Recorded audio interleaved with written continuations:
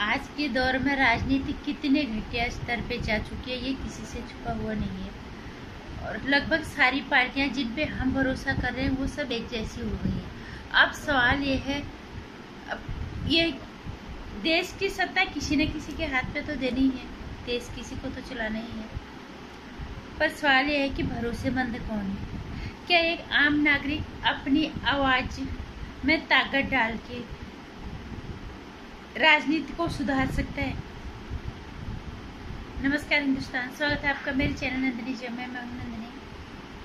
कैसे हैं आप लोग? ध्यान रखिएगा अपना और अपनों का। कोरोना से जो कोरोना ग्रस्त हैं उनके लिए विनती करो अपनी पूजा में रोज कि वो कोरोना से मुक्त हो जाए, और प्रार्थना करो देश से लेके पूरा विश्व कल्याण के लिए इस कोरोना से मुक्त हो जाए, नहीं तो हम बीमारी से ज़्यादा से मर जाएंगे।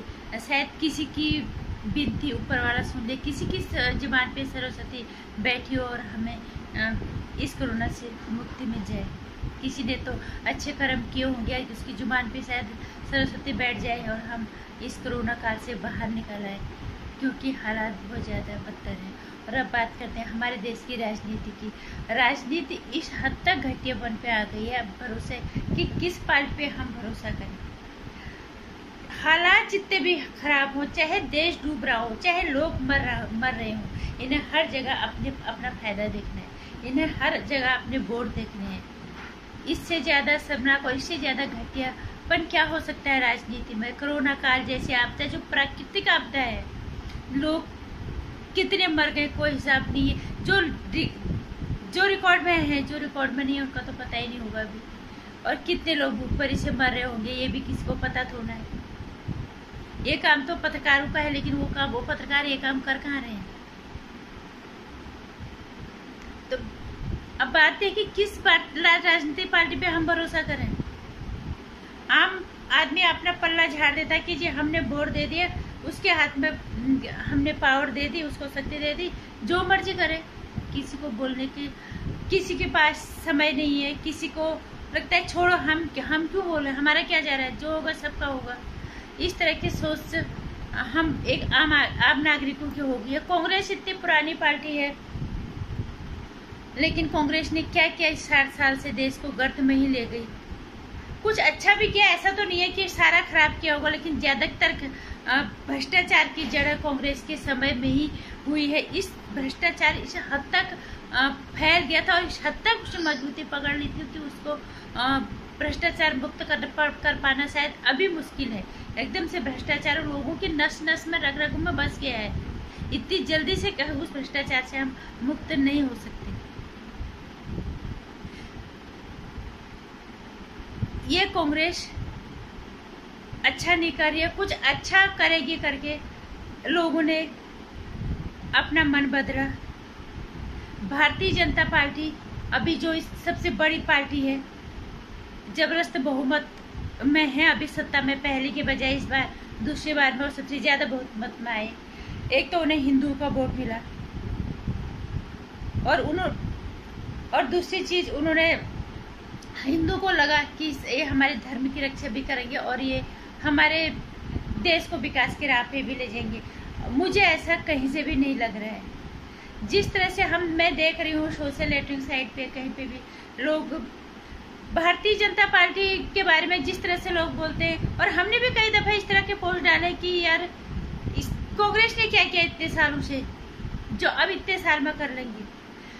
ये कुछ अच्छा करेंगे करके तभी तो बदलाव लाया जाता है कि वो उस पार्टी ने अच्छा नहीं किया, ये पार्टी कुछ अच्छा करेगी, हमारी उम्मीदों पे खरी उतरेगी करके तभी तो हम इस पार्टी को लेके आए हैं। हम इस बात को बोल के जिम्मेदारी से नहीं बच सकते हैं, उस पार्टी को हम नहीं बचा सकते कि तुम असली मुद्दों से भटक रहे हो।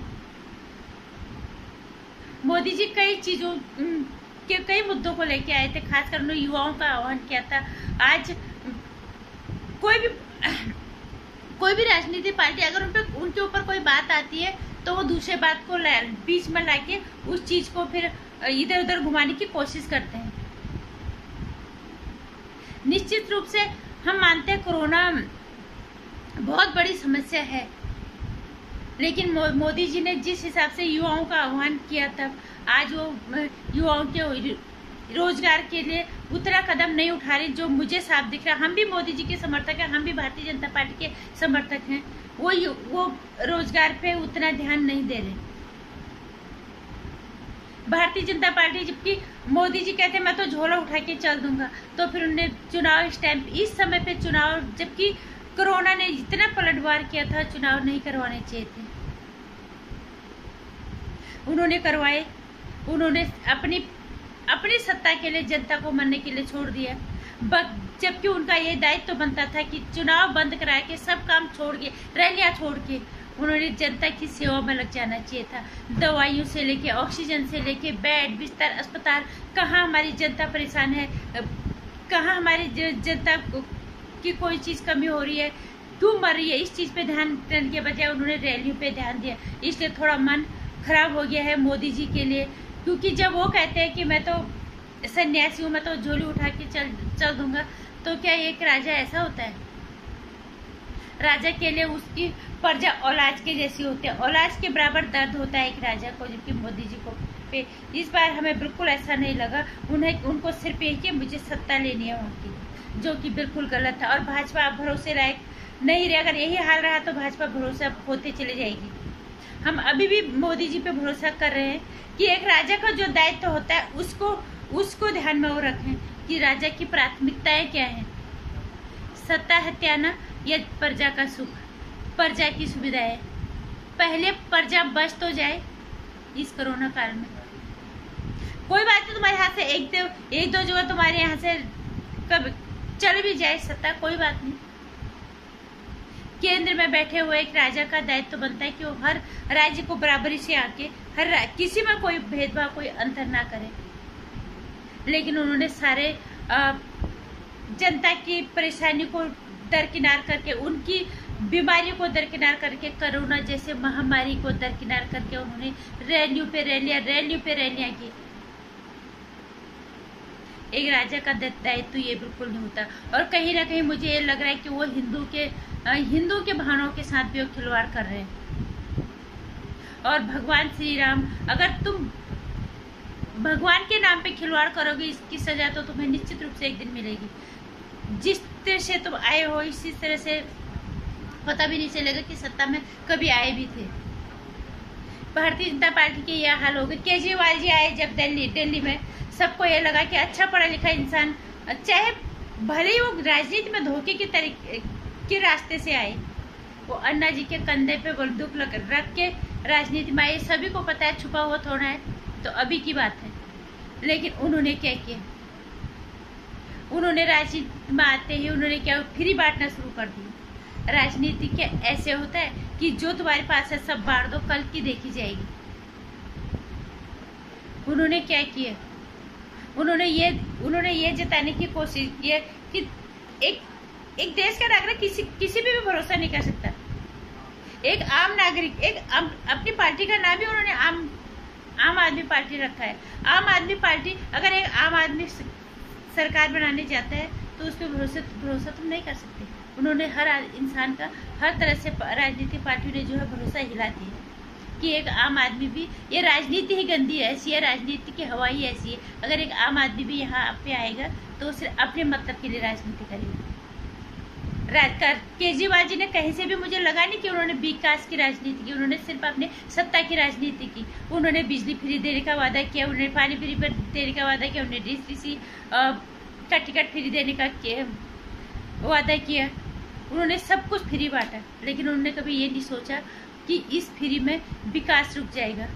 और इससे अच्छा मैं विकास की राजनीति करूँ, मैं रोजगार के रास्ते देश को, युवाओं को रोजगार दूं, लोगों को रोजगार दूं, और इस रास्ते जो है अपने इस राज्य को विकास के रास्ते पे ले जाऊं। नतीजा ऑक्सीजन की वजह इतने सारे लोगों की दिल्ली में मौत हो गई, इतने लोग मर गए बेमौत।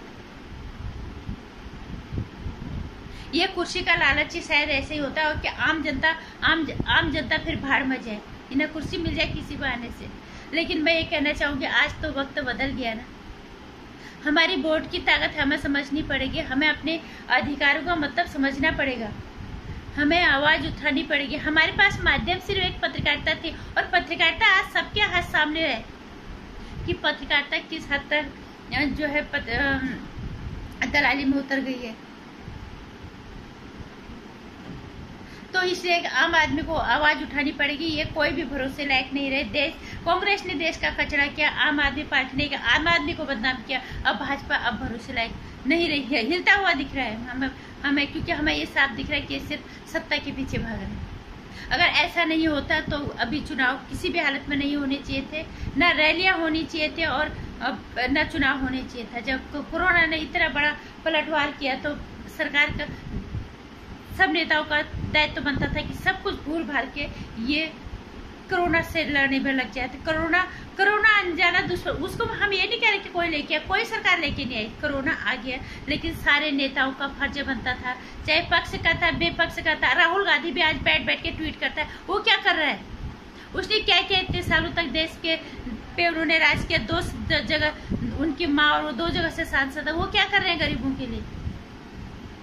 इनका फर्ज बनता था कि सारे राजनीतिक जितने भी दल हैं मिलके कोरोना से बाहर निकलने की कोशिश करते और किस तरह से अपनी जनता को बचाया जाए, किस तरह से हमें लोगों को सुविधा दी जाए इस कोरोना काल में।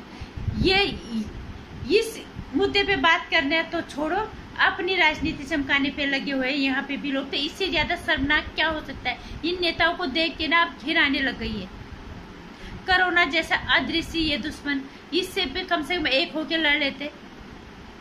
यहाँ पे भी हमने वहाँ दवाइयाँ ज्यादा दे दी, हमने वहाँ ऑक्सीजन की सुविधा कर दी, हमने यहाँ पे भी उन्हें अपने वोट बैंक की राजनीति करनी है, यहाँ पे भी उन्हें अपने सत्ता चमकानी है, अपना नाम चमकाना है।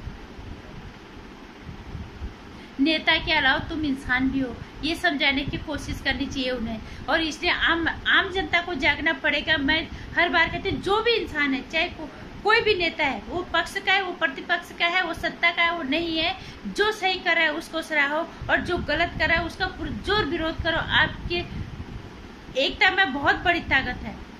जब हम सरकार बना सकते हैं तो हम इन सरकारों को अच्छी खासी बहुमत में होने के बावजूद हम सरकारों को गिराने की ताकत रखते हैं। जितने लोग मर चुके हैं, जितने लोग भूखमरी से मर रहे हैं, इन नेताओं का कोई मर रहा होता तो इन्हें दर्द होता है? नहीं। इनका फर्ज बनता था भूखमरी और बीमारी से सारे नेता एक होकर इस मुद्दे पे लड़े कि हम इस कोरोना काल से कैसे बाहर निकलेंगे और कैसे हम अपनी जनता को इससे मुक्त करेंगे। ये नेता यहाँ पे भी अपनी राजनीति चमका रहे हैं, यहाँ पे भी अपना वोट बैंक बटोरने में लग रहे हैं कि अगली बार वोट आएंगे तो हम इस मुद्दे को भुनाएंगे। छी, इतना घटियापन, इतना शर्मनाक। लोगों के घरों के सहारे जा रहे हैं, लोगों के घरों के जवान बच्चे मर रहे हैं, इन्हें बिल्कुल शर्म नहीं है। तो एक आम आदमी की भागीदारी कहीं कुछ तो बनती है ना। हम ऐसा तो नहीं रखते, हमें कुछ तो बोलना चाहिए। किसी भी बहाने से जब वोट आते हैं या जब चुनाव नहीं आते, हम ऐसे सारे लोग अगर इकट्ठे होकर इनके खिलाफ बोलेंगे तो निश्चित रूप से इन्हें सही ढंग की राजनीति करना सिखाना पड़ेगा। क्योंकि राजनीतिक पार्टियां जितने भी राजनीति में आए, इन्होंने सिर्फ राजनीति को बदनाम किया और घटिया स्तर के, घटिया से घटिया स्तर, इससे ज्यादा घटिया स्तर तो कर क्या होगा। इतने बड़ी महामारी में भी ये अपने वोट बैंक और अपनी राजनीति को चमकाने में लग रहे हैं, तो इससे ज्यादा घटिया क्या होगा? जहाँ लोग भूख से भी मर रहे हैं, जहाँ लोग बीमारी से भी मर रहे हैं, लोगों के घर उजड़ रहे हैं एक अदृश्य दुश्मन की वजह से। उससे लड़ने के बजाय, उस मुद्दे पे लड़ने के बजाय ये यहाँ पे भी अपनी राजनीति चमका रहे हैं। अपना देख रहे कि आने वाले चुनाव में हमें इसके मुद्दों को भुनाना है, तो क्या कहे ना। तो इसलिए मैं कहती हूँ कि एक आम आदमी को जागना पड़ेगा, एक आम आदमी को अपनी आवाज बुलंद करनी पड़ेगी, अपनी आवाज में हमें ताकत डालनी ही पड़ेगी। नहीं तो आम आदमी इनके हाथों से ऐसे ही मरता रहेगा और फिर पछताने से कोई फायदा नहीं। इससे अच्छा तो आवाज उठाओ, इन्हें इनकी औकात बताओ कि तुम्हें राजनीति करनी किस तरह से करनी है, ये तो हमें बताना पड़ेगा इन्हें। और नहीं तो ये हमें कुत्तों की मौत ऐसे ही मारते रहेंगे और हम ऐसे ही मरते रहेंगे। नमस्कार। कोई पार्टी भरोसे के लायक नहीं है। भाजपा भी अब भरोसा लगभग होती जा रही है। इसलिए एक आम आदमी को अपनी आवाज बुलंद करनी ही चाहिए। वीडियो में अच्छा लगा कुछ तो लाइक कर देना, इसको शेयर भी करना, चैनल को सब्सक्राइब कर लेना। आने वाली वीडियोस की जानकारी अब तक आती रहे, साइड में जो घंटे आइकन है इसी पर